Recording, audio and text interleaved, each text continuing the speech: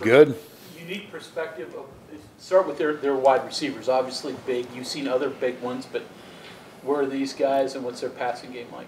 Well, I think Ellinger does a really good job distributing the ball to all those guys. But the two big guys, Humphrey and Johnson, they've got great ball skills. A lot like what we've played the last few weeks. They're big play guys, so and they do a really good job of moving them around. They don't keep them in the same spot. Humphrey will play in the slot a lot. They'll move him. Johnson will be, left or right. Really doesn't matter. So, we have to do a good job and know where they're at. You've been to a lot of other leagues. Is the size of wide receiver in this league unique, or is it just a trend of the future? What do you see? Yeah, I think that everybody has big wideouts right now. Obviously, we're in a run 3-4 weeks straight where we've played, the Butler kid, the Hurd kid last week. These two guys, and what we need to do is recruit bigger corners and DBs. So, but they're long, and I think everybody's starting to go that way with it. How happy have you been with Shea Campbell and the way he's filled in so far? I think Shea's playing really well right now. I thought, obviously, it started at Iowa State.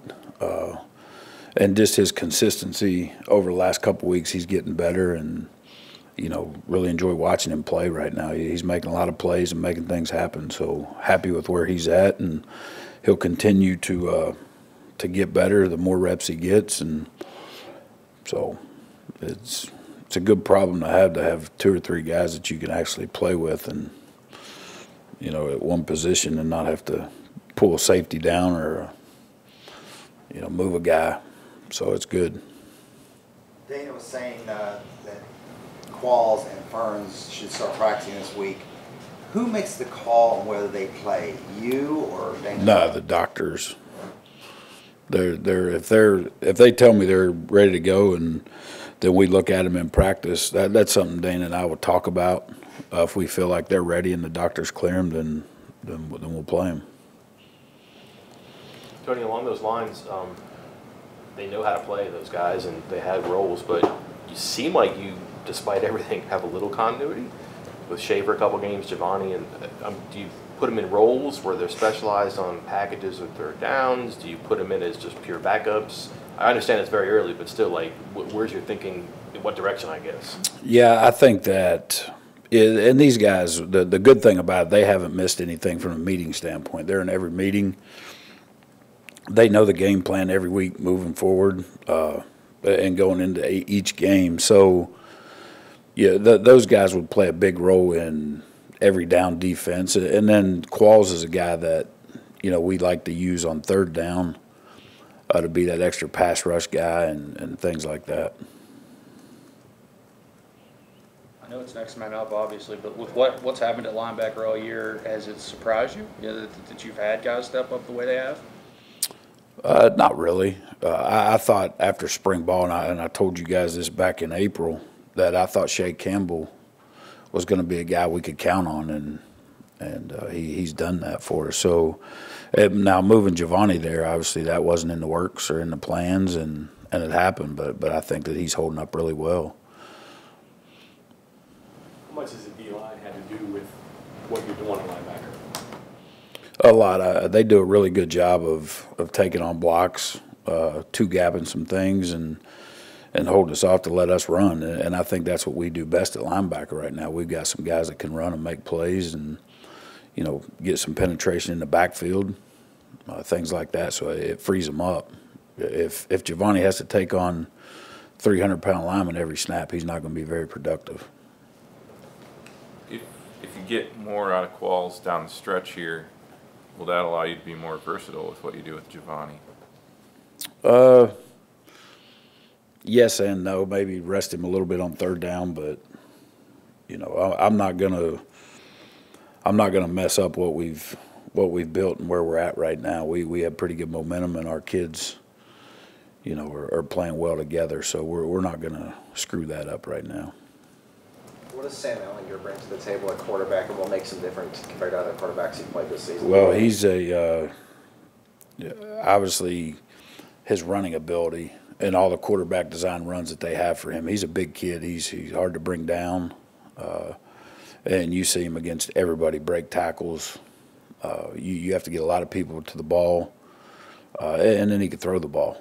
So he's not. You can't take away one part of his game and say, okay, we got him stopped. Now let's focus on the wideouts or the tailback, because he does everything pretty well. What sort of challenges does Texas's offensive line present against your defensive front for this? Well, I think that the big advantage they have right now is the quarterback run game. Getting that extra guy, getting the extra hat with the tailback or the fullback or both with their 5 offensive linemen, against us. And we all know we're undersized a little bit. So if they get big and run quarterback power and lead zone and different things like that they do, that's going to create some issues for us. Tony, slightly different question. In terms of recruiting the state of West Virginia, you've done it for a long time. It seems like a better cycle lately. Can you put your finger on what's caused it, or is it just happenstance? I just think it happens. I think that also, too, letting these coaches work with the kids a little more, I think, helps. I think these kids are going to camps, and more people are getting eyes on them. They're getting evaluated, and so I think that's it. But the numbers are up right now, especially for linemen, offensive, defensive linemen in this state have been really good the last few years. So These guys don't turn the ball over much.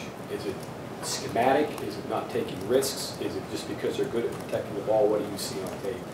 Well, I think that Ellinger does a really good job of, if something's not there, he's not going to force it. He's not afraid to throw the ball away, number one. Number two is he can tuck the ball down and run with it. So I think that he keeps plays alive, obviously, with his feet. He gets away from pass rush and steps up, but he never tries to force the ball into traffic.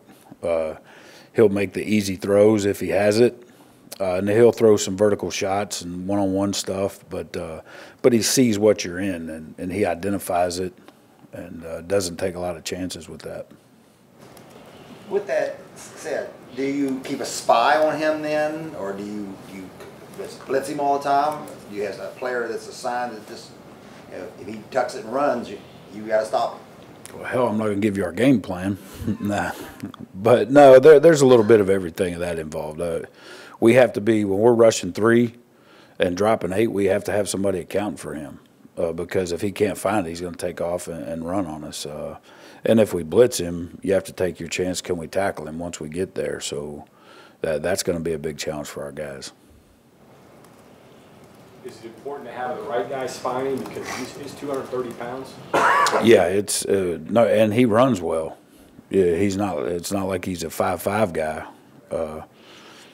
40 time, but he can run, he can make you miss, and he can run over you. So he's different. But yes, I don't know if it's going to do any good with Giovanni trying to spy him. I don't know if Giovanni could tackle him, but He's probably bigger than all your second level guys, except for yeah, Jay. yeah, yep, he is. But he is dealing with a shoulder situation. Do you talk to the players about the fact that he has a bum shoulder, or do you take that into fact at all that may affect how when he decides to run?